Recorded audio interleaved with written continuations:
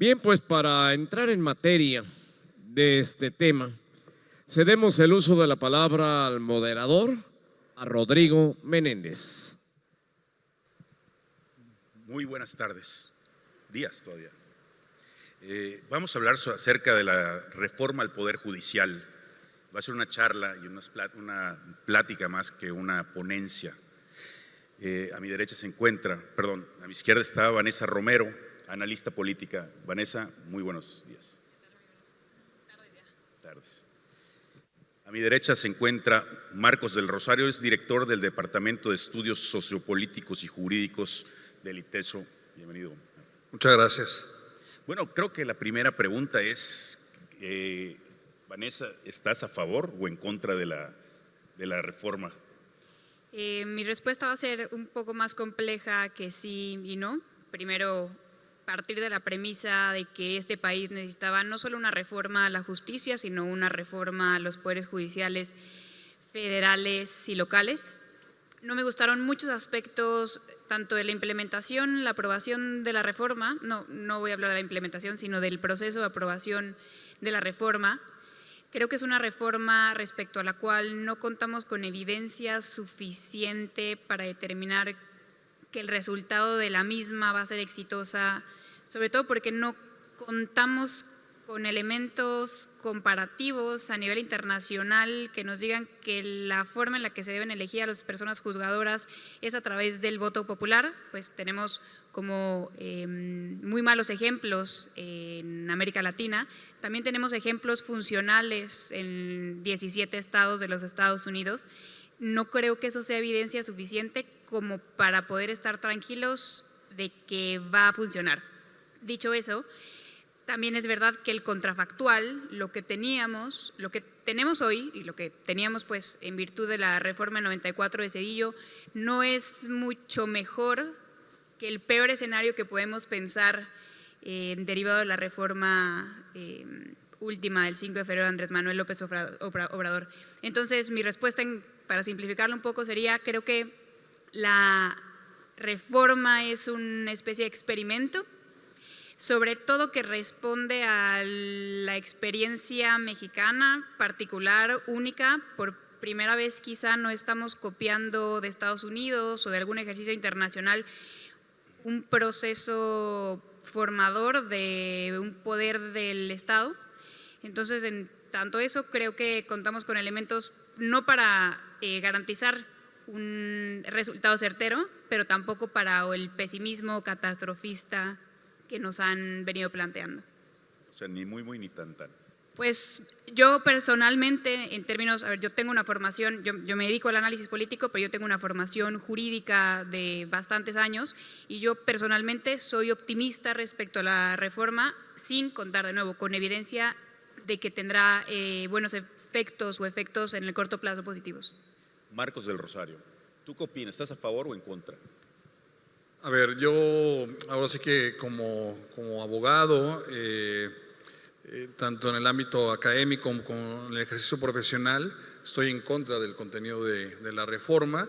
Sin embargo, quiero, al igual que Vanessa, hacer ahí un comentario, ¿no? Separarme en el sentido que sí estoy en contra, pero jamás me he considerado un defensor del status quo, del estatus actual del Poder Judicial de la Federación.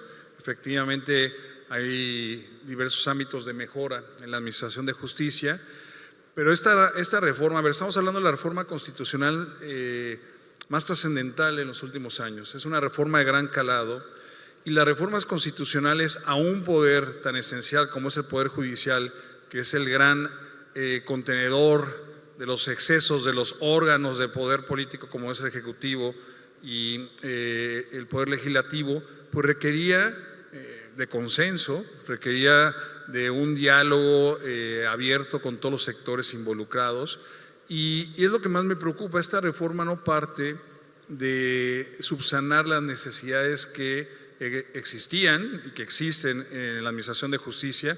Debo señalar que si bien es cierto hay falencias en el Poder Judicial de la Federación, la problemática más fuerte está en el ámbito local. ¿Sí? Y si te fijas, eso fue una cuestión subsecuente. A mí lo que me preocupa es que esta reforma surge del encono de alguna manera de una necedad por querer sustituir primero a quienes están en la Suprema Corte, sobre todo particularmente 8 ministros y ministras que han estado consistentemente resolviendo en contra de las iniciativas del Ejecutivo. Y ya después se fue con todo el Poder Judicial, ¿no? O sea, se cargó con colegiados de circuito, colegiados unitarios, con juzgados de distrito, en fin, con el Consejo de la Judicatura. Pero no hay una base, ni ideológica, ni como decía Vanessa, ni siquiera hay un esquema comparado que queremos implementar. Nosotros estamos de alguna manera con ese ensayo, a ver cómo resulta, lo cual nos puede traer un perjuicio terrible para los próximos años, pues partiendo de una idea que surge de una necedad, vuelvo a insistirlo, no hay elementos comparados que nos puedan permitir saber si esto va a funcionar. Lo refería Vanessa, Bolivia solamente es el referente más cercano y que no ha funcionado.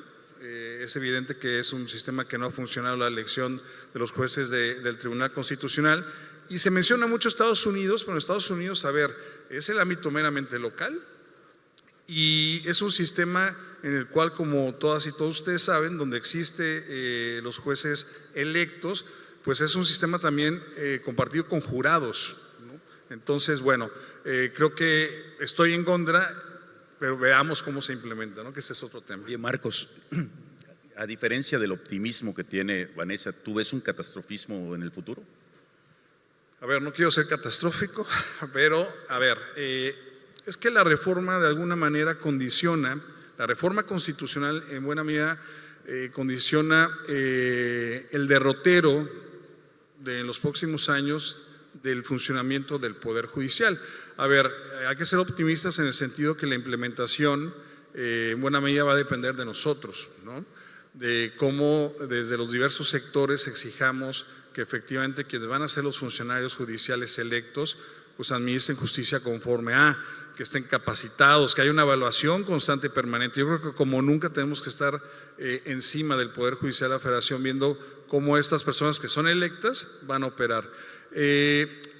Tengo muchas dudas y quisiera tener el optimismo de Vanessa, tengo muchas dudas porque si nosotros leemos, he estudiado bastante la reforma y creo que la desgracia de la reforma, de su contenido o la ineficacia de la misma tiene que ver precisamente con esta necesidad de implementarla con una rapidez inusitada, ¿no? Entonces la rapidez en sí mismo de la implementación creo que está en buena medida condicionando su fracaso. A lo mejor me equivoco, pero creo que si hubiese una gradualidad en su implementación lo suficientemente para entenderla, para quienes de alguna manera van a ser sujetos de la misma pudieran advertir los efectos, pero no, hay un desconocimiento incluso tremendo sobre cómo se va a implementar por parte de quienes están actualmente en el Poder Judicial. Imagínate, entonces creo que la implementación es el tema donde va a fracasar el contenido de la reforma.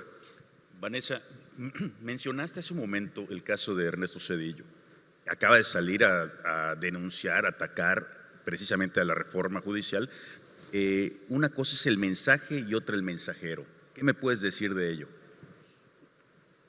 Varias cosas. Recordemos todos que la última reforma judicial de este calado se realizó precisamente en 1994 por parte de Ernesto Zedillo, que en un proceso de reforma de 14 días redujo, es más, no solo redujo de 23 a 11 ministros, sino que sacó a todos los ministros de la noche a la mañana y dejó a este país un mes sin Suprema Corte de Justicia de la Nación. Entonces, vemos ahora que el 15 de septiembre, en una conferencia, la International Bar Association, que es esta organización de abogados de élite que pagaron nada más y nada menos que $4,000 para estar en esa convención con Ernesto Zedillo y Norma Piña, no son abogados precisamente populares, y después con Ciro Gómez Leiva, Ernesto Zedillo se refiere a la reforma en términos pues tremendamente catastrofistas, hiperbólicos, habla de tiranía, de una aberración. Y primero, respecto al personaje, se dice que lo que comenta Ernesto Zedillo es importante porque es un político sobrio, reservado, que no suele referirse a la vida nacional. La realidad es que eso es una maroma que desnuca a cualquiera, porque la realidad es que durante 24 años, desde que Ernesto Zedillo dejó de ser presidente, ha estado ausente de la vida nacional. Eso no me parece que refleje una preocupación constante o un involucramiento democrático por parte de Ernesto Zedillo. Más bien, él echó a andar la moneda de su reforma y después se desentendió de la misma. Los resultados de la reforma del 94 de Ernesto Zedillo, al menos podemos hablar de lo que sucedió en la Suprema Corte, fue que los partidos políticos cooptaron el nombramiento de cada uno de los ministros. Era un reparto de un botín político. Entonces, si queremos buscar razones para elegir en términos populares a los ministros y a magistrados y a jueces, quizá una parte de ellos se encuentra en la reforma, en lo que nos mostró la reforma judicial de Ernesto Zedillo, y es que el Poder Judicial, como todo, se reparte en términos políticos. Lo que hoy, por eso yo me refiero mucho al contrafactual, que siempre que pensemos en esta reforma y en los resultados de la misma, pensemos en el contrafactual vigente. ¿Qué es lo que tenemos ahora que estamos perdiendo en virtud de esta peligrosísima reforma? Tenemos un Poder Judicial absolutamente cooptado, desde los ministros de la Corte hasta los poderes judiciales. No es verdad que tengamos juzgadores tremendamente capacitados, independientes del poder político, del poder público. ¿Acaso la evidencia que tenemos nos muestra exactamente lo contrario? Entonces, las declaraciones de Zedillo me parecen muy caradura, me parece que está saliendo 24 años después a atacar una reforma, uno, porque es oposición, y dos, porque ataca precisamente aquello que él considera como su legado político, pero lo cierto es que durante 24 años no lo protegió. También señalar que la reforma original del 94 de Zedillo no solo pretendía sacar a los ministros de la Corte, sino también proponía purgar a jueces y a magistrados, porque él había encontrado que estaban cooptados por intereses criminales.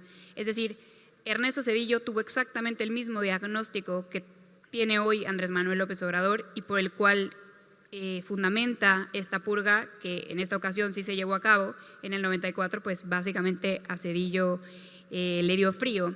Y nada más para concluir y para contestarle a Marcos, yo no considero que lo que hay detrás de esta reforma sea una necedad o un acto de venganza por parte de Andrés Manuel López Obrador.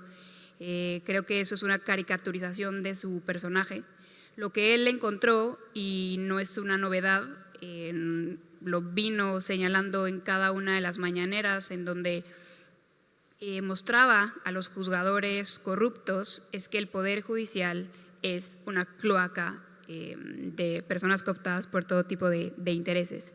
Creo que tiene evidencia de que, no tenemos forma de contrastar en términos internacionales, de comparar que este sistema de elección va a funcionar, pero sí tenemos cómo compararlo con nuestro pasado reciente. Y lo cierto es que si no sujetamos a elección popular a algún actor político, la elección del mismo va a estar sujeta a cualquier otro poder.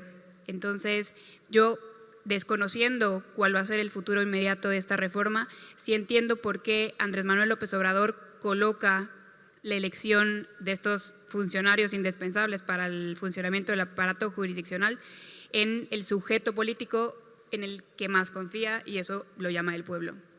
Gracias. Bueno, tú, Marcos, viste la entrevista de Zedillo. ¿Qué opinión te merece? Él sale a defender su reforma. De alguna manera. Más que atacar a la otra. Quería defender lo que él hizo, me supongo, ¿no? Sí, yo creo que, trascendió muchísimo esa entrevista y la participación que tuvo un día previo, me parece, o 2 días previo en esta reunión, porque de alguna manera hay que distinguir entre el mensajero y el mensaje, ¿no? Yo creo que el contenido del mensaje, no es que Zedillo fue el primero que está siendo crítico sobre los alcances de esta reforma y las consecuencias que puede traer. O O sea, el propio Poder Judicial de la Federación, trabajadores, estudiantes, barras, colegios lo han venido diciendo. Pero claro, que lo diga Zedillo pues tiene un alcance muy fuerte. Creo que en buena medida se entiende que, como refieres, que pues, está defendiendo, y lo decía Vanessa, pues la reforma del 94 fue la última gran reforma estructural y que de alguna manera pues viene a ser, si no borrada en su totalidad, de buena medida pues la estructura o la forma de integración de los órganos jurisdiccionales que se tenía desde el año 94, pues se van a modificar. Sí creo que hay algunos, yo coincido en algunas partes de lo que dice Nelson Zedillo respecto a que esta reforma, y vuelvo a decir, al menos no en el tintero, sino en su implementación, puede, hay que verlo, conllevar a una merma de la independencia judicial, y sabemos si no hay independencia judicial, pues hay una afectación notable al principio de división de poderes, y eso puede llevarnos a un escenario de concentración de poderes.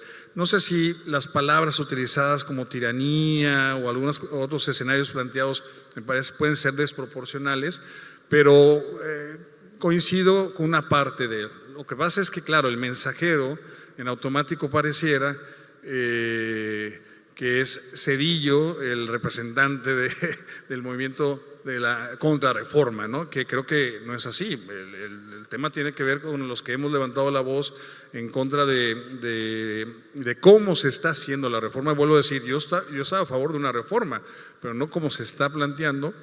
Pues no, el líder que encabeza ese movimiento no es Zedillo, ni mucho menos, ¿no? Pero ahora pareciera que está ahí.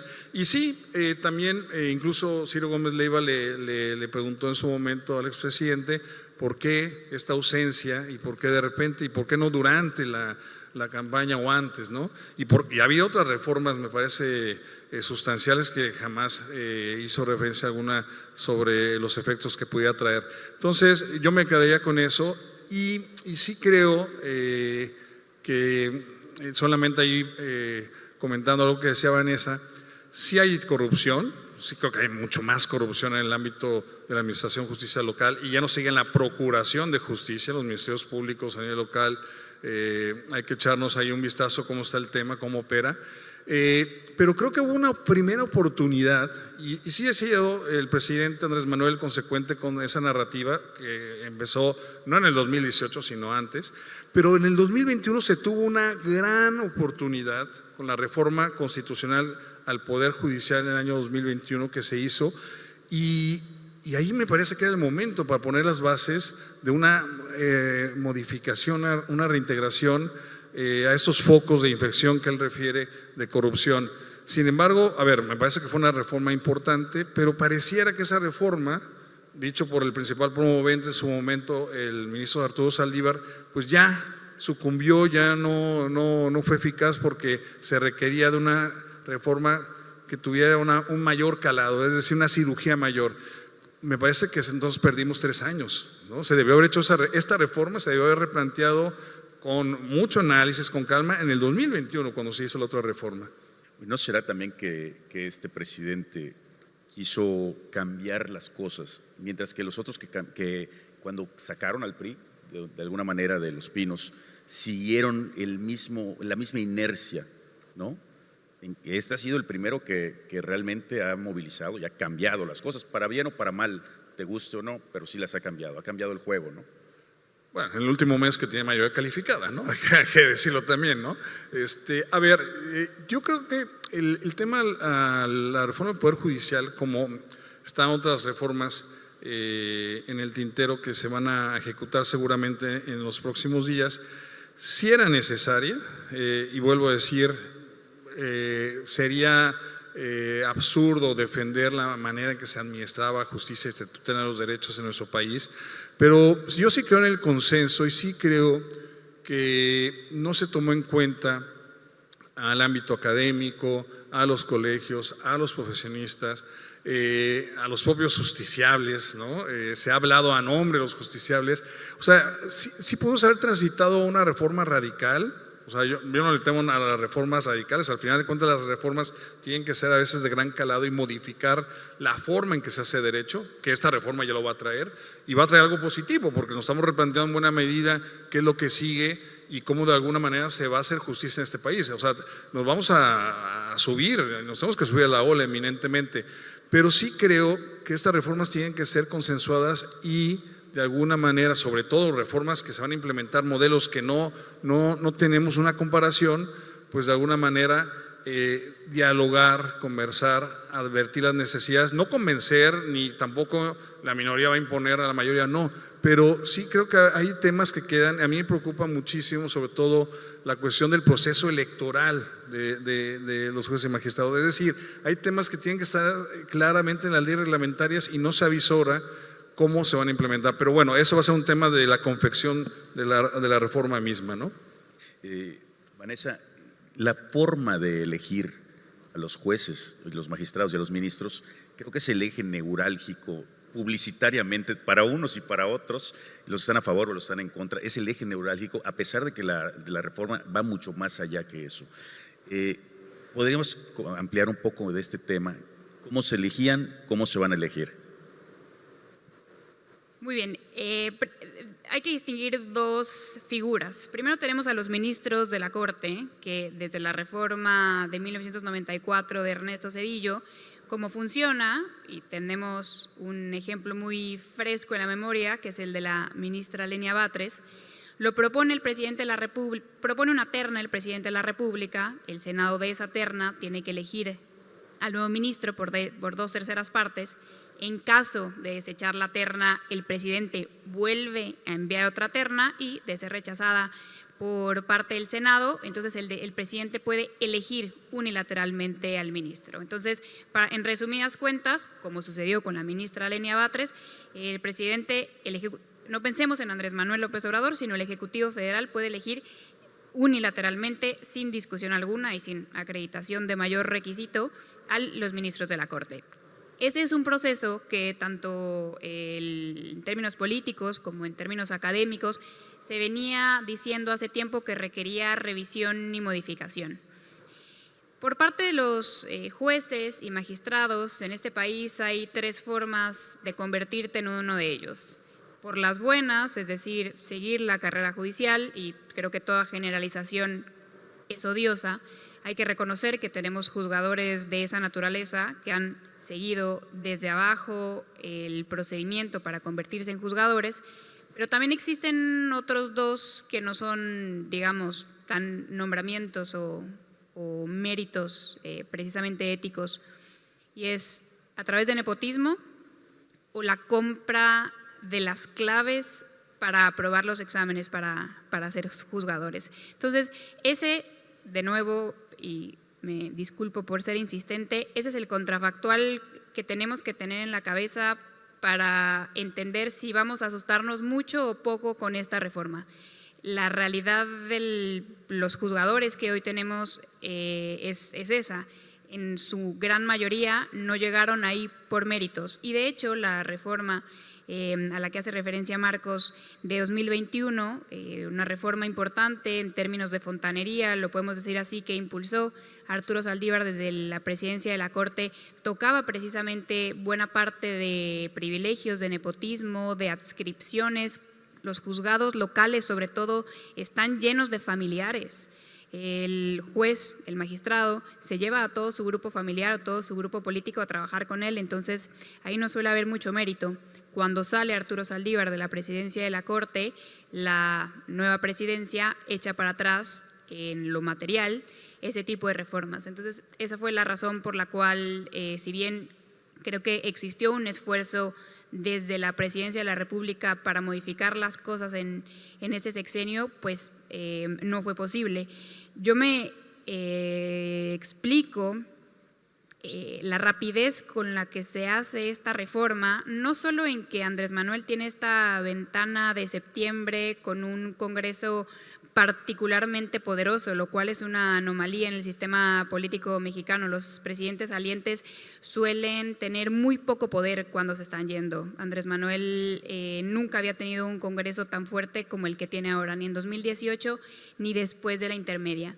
Yo me explico la rapidez por dos causas. Primero, porque él quiere llevarse los costos políticos de la reforma a su rancho y que Claudia no tenga que asumirlos. Y por otro lado, en cuanto a la rapidez, no solo de la aprobación, sino de los plazos de implementación, que ahora podemos platicarlos, son tremendamente rápidos. En cuanto se publicó la reforma al Poder Judicial, en ese mismo momento entramos en el proceso, así lo dicen los transitorios de la reforma, en ese mismo momento entramos al procedimiento extraordinario de elección de 2025. Y en 7 días después de la publicación de la reforma, es decir, el siguiente lunes, el Instituto Nacional Electoral ya va a comenzar a sesionar a través de su Consejo General para determinar cuáles son las reglas, los acuerdos aplicables a esa elección. Y también creo que hay un elemento ahí para tranquilidad de todos nosotros, que no es Morena, no es el Legislativo, no es el Ejecutivo quien va a determinar las reglas aplicables a la elección, sino que va a ser un organismo autónomo en el que creo que todos tenemos índices importantes de confianza. Marcos, sí se ha politizado esta forma de elegir y me refiero a los que están del lado del oficialismo o de Morena, están a favor, los que están en la oposición están en contra, sin pensar bien si debe ser o no debe ser. ¿Se ha politizado? Claro, a ver, el hecho de haber sugerido esta iniciativa en el último año y con la velocidad que se ha venido deliberando y con la velocidad que se aprobó, eminentemente politizó. Lo estamos viendo incluso pues en las calles, ¿no? Buena parte de los trabajadores del Poder Judicial, jueces, juezas, magistrados, ministros, ministras, se involucraron, unos a favor, otros en contra, que ya de entrada, ayer lo platicamos en la cena precisamente, que ese simple hecho de que en la Corte actualmente haya ministros y ministras que se hayan manifestado en contra y a favor, ya hace muy difícil que se pueda de alguna manera transitar de buena medida con objetividad e imparcialidad. Sí se ha politizado, pero sí creo que se va a politizar aún más, ¿no? Porque eminentemente, a ver, si tuviéramos que resumir ¿cuál es el objetivo de esta reforma? Si vemos la exposición de motivos, es combatir, como refería Vanessa, la corrupción y garantizar de mejor forma el acceso a la justicia. Bueno, pues estamos de acuerdo todas y todos con esos objetivos. Sin embargo, la respuesta o la fórmula que se plantea es: esto se va a acabar, y lo digo de una forma simplona porque pareciera que es así, pero lo estamos viendo que es de esa manera, es a través de la elección de jueces y jueces. A ver, por más que se diga que no va a intervenir los partidos políticos, por más que se garantice que quienes vayan a ser aspirantes para ocupar esos cargos van a tener una revisión previa por un consejo en el cual las personas que lo van a integrar tienen expertise, conocimiento y demás, eminentemente el hecho de yo estar en una contienda, aun cuando sea financiado públicamente y no privada, es decir, aparentemente partidista, sabemos que yo en campaña voy a tener que prometer algo para que el electorado vote por mí, ¿sí? Y eso ya en sí mismo compromete o puede comprometer mi imparcialidad y mi objetividad. Eso es lo que realmente a mí me preocupa, es decir, ¿qué tengo que decir y hacer para llegar? Y debo decirlo, si en la actualidad las campañas electorales para ocupar cargos de elección popular hay una serie de cooptaciones por parte de grupos de interés de diversa índole que de alguna manera condicionan de antemano el actuar de quienes van a ocupar los cargos, a mí me preocupa que lleguen ya sesgados, no digo que todos, ni mucho menos, sería absurdo decir, Pero yo me pregunto, en ciertas zonas que nos acompañan del país, donde ya de por sí hay cooptación, pues imagínense si sometemos esto a una cuestión de elección. Me preocupa la imparcialidad, la objetividad, y me preocupa también que, si bien es cierto, había un problema, se ha dicho muchísimo y está documentado antes de la existencia de la escuela judicial, el Instituto de la Judicatura, quien organizaba las evaluaciones, y fueron muchas veces impugnadas, efectivamente, porque había situaciones irregulares.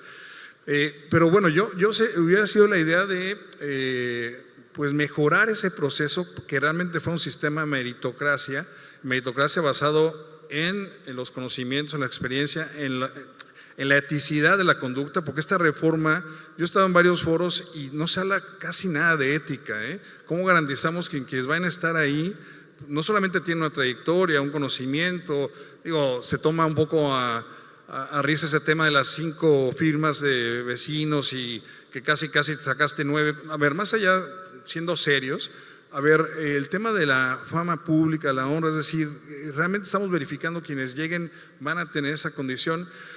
Pues sí me preocupa que dejemos a un lado el mérito, que a lo mejor en la práctica no se daba, pero ya nos olvidamos totalmente de la meritocracia profesional, y pongamos en un contexto de elección la posibilidad de que lleguen juzgadores y juzgadoras que no solamente no tengan experiencia. Déjenme, a ver, eso es en sí grave, pero ¿cuál ha sido su conducta y cuál ha sido el derrotero de su actuación en los últimos años? Pues a lo mejor no lo vamos a conocer, el electorado no lo va a saber en buena medida.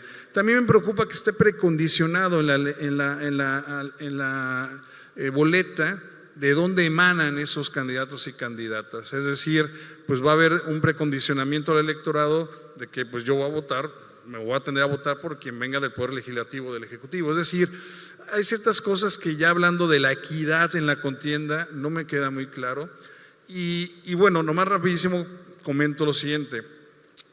Hans Kelsen, que es uno de los autores jurídicos más influyentes en el siglo XX y lo sigue siendo en el siglo XXI, mencionó que pudiera ser que la integración de los tribunales constitucionales fuera también a través de elección.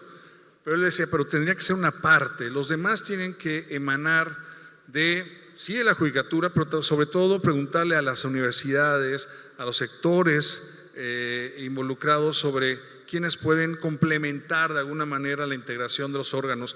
Es decir, no es nada nuevo, ya incluso se había visorado ese tema, pero al menos como se está planteando, lo que a mí me genera muchas dudas sobre la equidad y quiénes van a llegar, ¿sí? Vanessa, dime, ¿qué esperar en el futuro para la implementación de esta reforma? ¿Cómo implementarla? ¿Cómo reglamentarla? ¿Cómo la ves ya en el ejercicio? Primero me gustaría compartirles cuáles son los plazos objetivos que establecen los transitorios de la reforma, para que sepamos qué es lo que podemos esperar en el futuro más inmediato. Ya les adelantaba que el próximo lunes sesionará el INE para empezar a reglamentar en términos electorales la elección. En 90 días contados a partir del 15 de septiembre, que se promulga la reforma, el Congreso se tiene que encargar de emitir la legislación secundaria y de adaptar la legislación que hoy existe a la nueva reforma. De hecho, ayer se instaló la Comisión de Justicia en el Senado, presidida por el exgobernador de Chihuahua, hoy senador Javier Corral, que se encargará precisamente de esa reforma. Y se encargará de esa reforma en conjunto con la Comisión de Puntos Constitucionales que hoy lidera Ernestina Godoy, que es la virtual consejera jurídica de Claudia Sheinbaum. Entonces, ahí yo no creo que eso sea una coincidencia, creo que ese es el vaso comunicante entre el Congreso y la Presidencia de la República, que nos dice que esos dos actores serán clave para la elaboración de la legislación secundaria, importantísima. Después, siguiente plazo, en 180 días, los estados, cada uno de los estados, hayan votado a favor o en contra de la reforma constitucional, tendrán que modificar su legislación local, su propia legislación, para señalar en qué términos van a proceder a la elección de sus propios juzgadores locales, y básicamente son libres de hacerlo en los plazos que quieran, siempre y cuando la última elección coincida con la última elección federal, que será en el 2027. Quiero referirme a algunos de los aspectos que ha mencionado Marcos, también para que lo tengamos en cuenta para la elección futura. Primero que la primera elección, la elección del 2025, antes de que contemos con legislación secundaria, es decir, antes de estos 90 días que les mencionaba, va a existir una convocatoria por parte del Senado. Vamos a tener una situación quizá la más anómala derivada de esta reforma, y es que sin legislación secundaria y únicamente con disposiciones, acuerdos, circulares, reglas de fiscalización emitidas por el Instituto Nacional Electoral, el Senado de la República va a establecer las bases de la elección.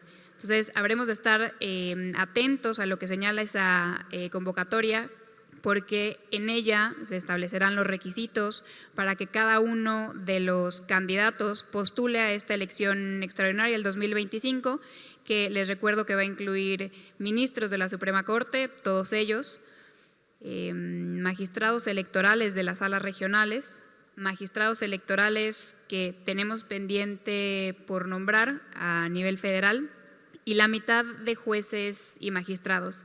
Es decir, en 2025 vamos a estar eligiendo 1.500 posiciones entre jueces y magistrados. Personalmente no tengo ni idea cómo se va a ver esa boleta electoral. Creo que es acaso el mayor reto de esta elección, porque además está desvinculada de los partidos políticos. Entonces, esa es la primera vez en la que el Instituto Nacional Electoral se enfrenta ante una elección en donde no vamos a ver una boleta con los símbolos de los partidos, sino con nombres propios que vamos a tener que pasar de la parte de atrás de la boleta a la parte de enfrente. Entiendo de dónde viene la preocupación que nos comparte Marcos, en donde vamos a saber cuál de los poderes nos está proponiendo cada candidato. Vamos a tener una fila vertical para el Ejecutivo, otra para el Legislativo y otra para el Judicial, y es cierto que la siguiente elección, pues presumiblemente va a haber una mayoría de votos por los candidatos del Ejecutivo y del Legislativo, pero eso me pregunto si parte del hecho de que la oposición está derruida, es decir, si estamos preocupados de esa filiación del electorado, deberíamos entonces también repensar cómo vamos a elegir al legislativo, porque lo cierto es que la tremenda popularidad del partido en el poder hoy le dio el Ejecutivo, el Legislativo, y sí, presumiblemente le dará el poder al Judicial, pero ese no es un problema del mecanismo de elección, sino un problema de la situación política de la oposición en México. También señalaba Marcos que le preocupa lo que los candidatos les van a prometer al electorado, y tengo varios apuntes al respecto. Primero, no le pueden prometer nada porque no va a haber campañas. Segundo, lo único que va a existir es espacio de tele y de radio. Tampoco tengo idea cómo vamos a hacer para distribuir tanto entre tantos candidatos poco tiempo de radio y televisión. Y la idea, y aquí es en donde encuentro yo uno de los beneficios de la reforma, es que el poder quizá más opaco, el poder menos transparente de todos, empiece a intentar hacerlo. Yo me pregunto quién votaría por el juez que le cambió la medida cautelar a César Duarte. Yo me pregunto quién votaría por el juez que liberó a un pederasta. Y si lo liberó porque tiene la ley en la mano, porque tienen las razones éticas en la mano, pues así habrá de transparentarlo, así habrá de comunicarlo. Entonces, así yo imagino que serán las, pues no campañas, porque de nuevo está prohibida la campaña, sino la comunicación de las virtudes del juzgador que estará en la boleta. Y darnos la tranquilidad de que esta reforma, si bien señala muy bien Rodrigo que lo más vocal respecto a la misma ha sido la elección popular de magistrados, ministros y jueces, también incluye algo que nos venía recomendando hace muchos años la Relatoría sobre Independencia Judicial de la ONU, y es cuando se crea el Consejo de la Judicatura Federal en 1994, en tiempos de Zedillo, hicimos una tontería, que fue darle la titularidad del Consejo de la Judicatura Federal al presidente de la Corte. Entonces, básicamente era juez y parte. Viene el Consejo de la ONU y nos dice, esto es un problema para la independencia judicial. Y de hecho, efectivamente lo fue, porque hoy sabemos que 24 años después de creado el Consejo de la Judicatura Federal, 4 jueces pisaron por horas la cárcel, aun cuando hay elementos suficientes para saber que hay casos de enriquecimiento ilícito, de relación con el crimen organizado, incluso de casos de abuso sexual en los propios establecimientos de los juzgados. Entonces, lo que teníamos no solo era un poder judicial tremendamente corrompido, sino un Consejo de la Judicatura Federal que era ornamental. Entonces, hoy con lo que se va a sustituir es con un órgano de administración y, por otro lado, con un tribunal de disciplina con integrantes que también serán electos. Ojo, tribunal de disciplina que deberá estar reglamentado en términos de la legislación secundaria que en 90 días deberá emitir el Congreso de la Unión. Oye, por cierto, Vanessa, ¿sería esto una ley que puede abonar a la justicia en México? De hecho, hoy lo que sabemos es que tenemos pequeños virreyes que son quienes deciden la aplicación de nuestras leyes. Entonces, no importa qué tan bien hechas estén nuestras leyes, que tan bien hace su trabajo el Congreso de la Unión, lo cierto es que la aplicación práctica individualizada particular de la misma estaba en manos de unos virreyes sin estar sujetos a supervisión. Entonces, más allá si nos gusta o no la forma de elección de los mismos, al menos tenemos certeza de que hoy tendrán un órgano la facultad de supervisarlos y sancionar las resoluciones contrarias a derecho. Gracias. Marcos, ¿qué esperar en el futuro y de la implementación y si abona, obviamente, a la justicia en México? ¿O cómo abona? A ver, en el 2011 hubo una reforma también trascendental y fundamental para la vida constitucional de nuestro país, que fue la reforma del artículo primero, entre otros artículos, donde se maximizaba la vigencia de los derechos humanos como parámetro central, ¿no?, del quehacer estadual. Esta es una reforma que se ha venido implementando. Creo que en buena medida ha habido resistencias y reticencias, paradójicamente por el propio Poder Judicial en su momento, pero esa reforma me parece que era la bandera que teníamos que seguir para una implementación, para modificar el quehacer de los poderes y luego implementarlos orientados a ver, el tema yo te refería, el tema de en sí mismo del proceso de elección es algo que me preocupa obviamente que quienes lleguen a ocupar los cargos jurisdiccionales realmente tengan esa perspectiva de juzgar conforme a los derechos humanos, es decir, qué tan capacitados, qué tan formados estarán esos jueces, esas juezas, esos magistrados, esas magistradas, esos ministros y ministras, porque pareciera que por el hecho de ser electos popularmente en automático adquieren una serie de cualidades y virtudes para juzgar. Y nos estamos olvidando efectivamente que tenemos que juzgar con una perspectiva. Ojo, no estoy diciendo y con esto que se hiciera, estamos en un proceso lento de que esa reforma se aplicara, pero así como Vanessa refiere de casos vergonzosos, de procesos judiciales que se llevaron de mala manera, pues también hay sentencias garantistas por parte de jueces de distrito, de la propia Corte, tribunales colegiados, así como otras resoluciones que en su momento yo también he sido crítico desde la parte académica y la parte profesional. Pero no se está hablando del tema de los derechos humanos, es decir, cómo se debe juzgar. Hace rato me preguntaba, ¿se va a politizar? Claro, y por más que no se quiera separar ese tema entre buenos y malos, oposición o partido oficialista, va a terminar imperando eso. Es decir, creo que en buena medida, a lo mejor me equivoco, en 5 años podemos dialogar y decir, sí, me equivoqué, y han llegado juzgadores neutros totalmente, ajenos a cualquier ideologización o partidización. Eso es imposible, también el propio Kelsen se equivocó en eso, todos los jueces están de alguna manera influenciados por alguna ideología. Pero aquí me parece que en la práctica se va a dar que el partido hegemónico, los grupos de interés, ¿no?, van a terminar influyendo en el listado, en quienes van a competir, y tarde o temprano pues va a haber una integración predominantemente ideologizada. Lo que debemos de aspirar, y a lo mejor ahí tenemos que en las leyes secundarias priorizar que quienes busquen ocupar un cargo jurisdiccional, además de contar con experiencia, con conocimiento jurídico, que tengan una neutralidad política, es decir, que no estén sesgados o influenciados por, y que garanticen que por su conducta, por su desempeño, pues realmente sean imparciales objetivos.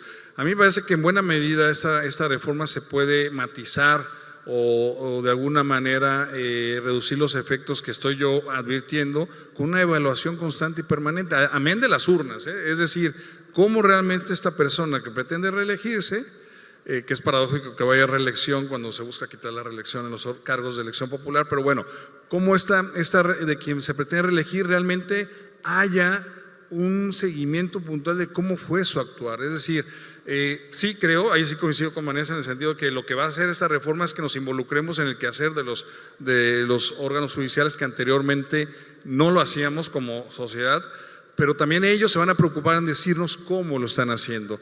Eso va a traer un beneficio, pero el hecho que haya una formación en materia de derechos humanos no lo estamos garantizando. Me parece que son jueces que de antemano van a venir de una elección, que de alguna manera comunicaron al electorado cualidades, virtudes, pero no necesariamente virtudes técnicas. Y cuando hablamos de virtudes técnicas, al menos yo lo que busco es precisamente que haya sensibilidad, empatía con la forma en que hago justicia con base a los derechos humanos.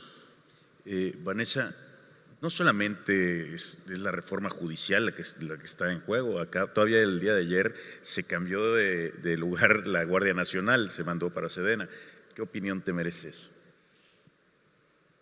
El día de ayer lo que se aprobó fue por parte de Cámara de Diputados, ahora pasa a Cámara de Senadores, que podemos esperar que suceda exactamente lo mismo que sucedió con la reforma judicial y pase bastante rápido, tanto en Senado como en los estados. Aquí me gustaría rápidamente hacer un recuento de dónde venimos en términos de Guardia Nacional, porque creo que la discusión pública, sobre todo este último mes de Andrés Manuel López Obrador, nos ha inundado de tanta información que no da tiempo, o al menos no a todos los que desayunamos, comemos y cenamos política, recordar dónde estábamos, qué es la Guardia Nacional, por qué está mal militarizado el país, por qué nos dicen que es tremendamente preocupante. Entonces, los pongo en contexto para los que no lo tienen tan fresco.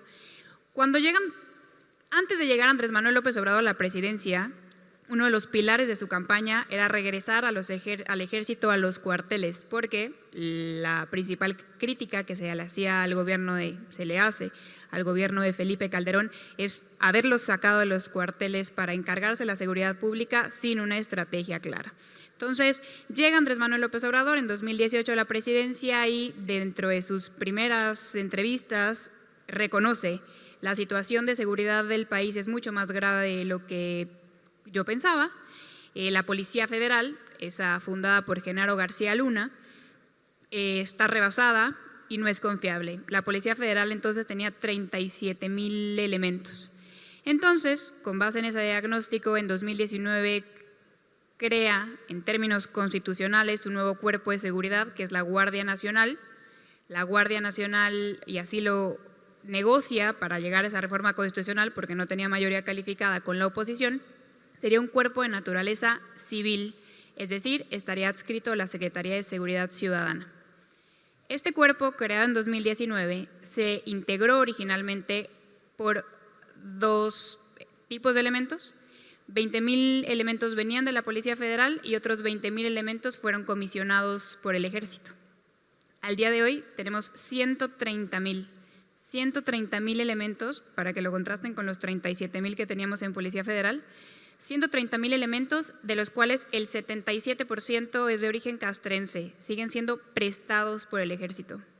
Lo que eso hoy ha provocado es que tenemos una institución emproblemada en términos administrativos, con un régimen heterogéneo, por un lado con obligaciones civiles, por otro lado con obligaciones castrenses y con personas, los elementos que la integran, exigiendo con todo derecho certeza jurídica.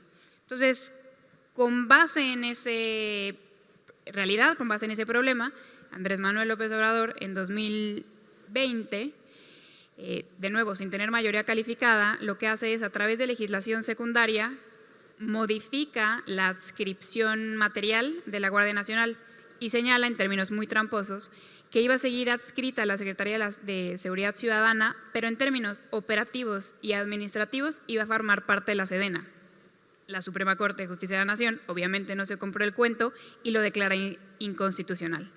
Es a partir de eso que Andrés Manuel manda el 5 de febrero, sin saber acaso que iba a ganar el 2 de junio la mayoría calificada, la propuesta de reforma constitucional. Entonces, en términos de esta reforma, lo que va a suceder es reconocer una situación de facto y es reconocer que el 77% de un personal prestado por el Ejército en realidad es que está adscrito a la Sedena. Y no me quiero extender mucho más, pero quisiera distinguir entre dos premisas de las que uno puede partir, y así es como suelo explicarlo. Nosotros como analistas, como abogados, como periodistas, lo que tenemos que hacer es partir siempre de una premisa ideal, cómo nos gustarían que fueran las cosas. Pero para entender al actor público, para entender al político, tenemos que hablar de esta ética de la responsabilidad de la que habla Max Weber. Y esta ética de la responsabilidad parte de hacer aquello que deriva de las premisas fácticas que te da el país. Entonces, claro que nos encantaría a todos tener un mando civil haciéndose cargo de la seguridad pública. Lo cierto es que durante todos los años que nos ha gobernado, que nos ha cuidado un mando civil, nos ha fallado. Es más, la escalada de homicidios dolosos más importante en este país derivó de tiempos cuando teníamos mandos civiles. La única estabilización de la curva de homicidios dolosos ha venido cuando lo ha hecho un cuerpo diferente, y eso es la Guardia Nacional, y ahora por ahí lo dejo. Que era la Marina, me parece, ¿no? Pues ahora solo con la Guardia Nacional hemos visto una reducción de la escalada de homicidios que nos dejó el sexenio de Peña Nieto. Los últimos 3 años se incrementaron de 20,000 homicidios a 36,000.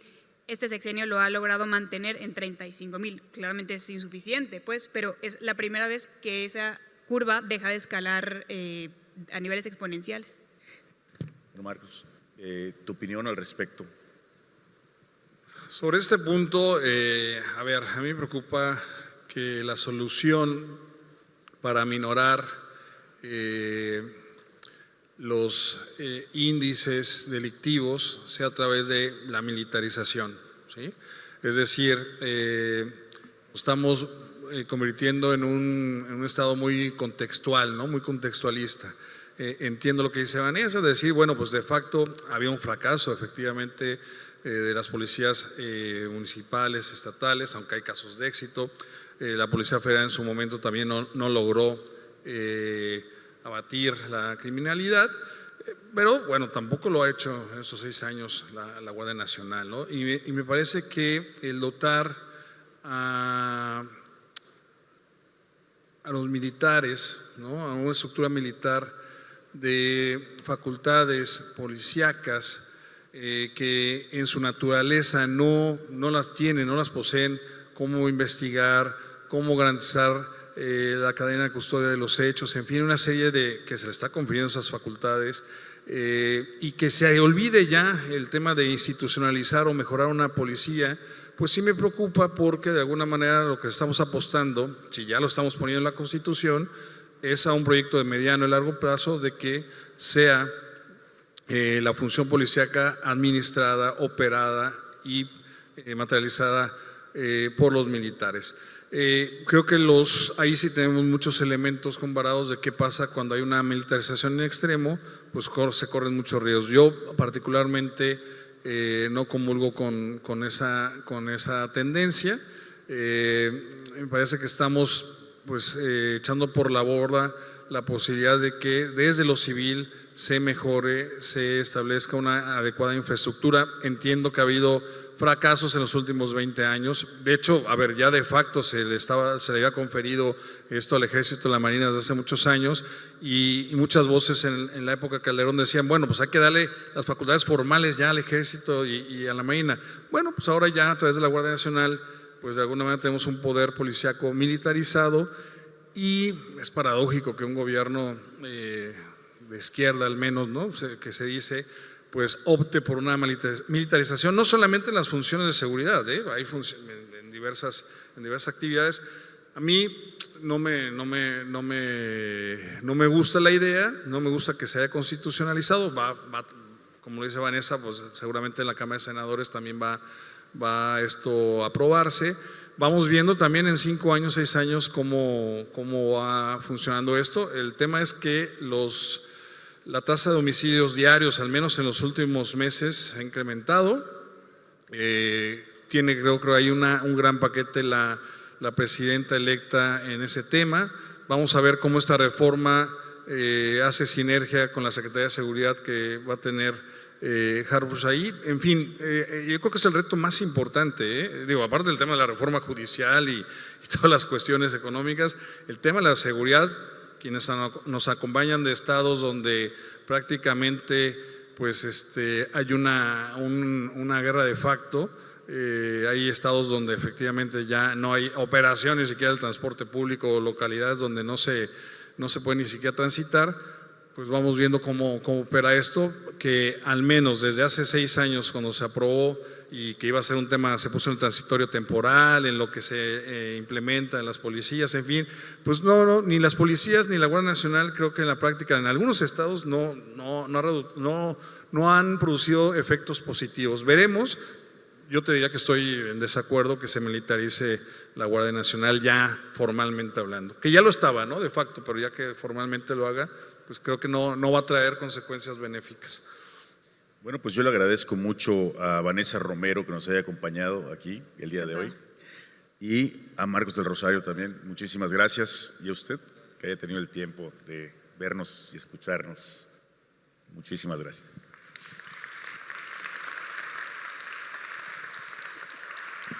Muy interesante. Tema para seguir hablando por horas en las mesas de los cafés, de los bares, de los restaurantes y, ¿por qué no?, en las mesas de esta convención de INDEX. Bien, pues al agradecer a este panel le pedimos por favor al director general de INDEX Nacional, a Carlos Palencia, sea tan gentil de proceder a entregar los reconocimientos que así corresponden en nombre del Consejo Nacional.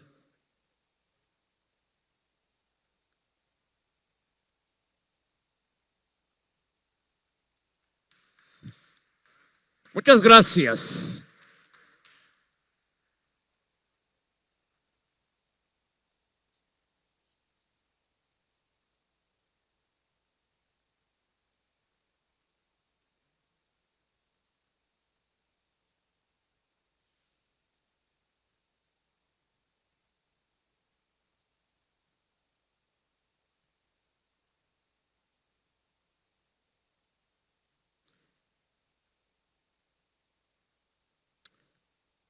Continuamos.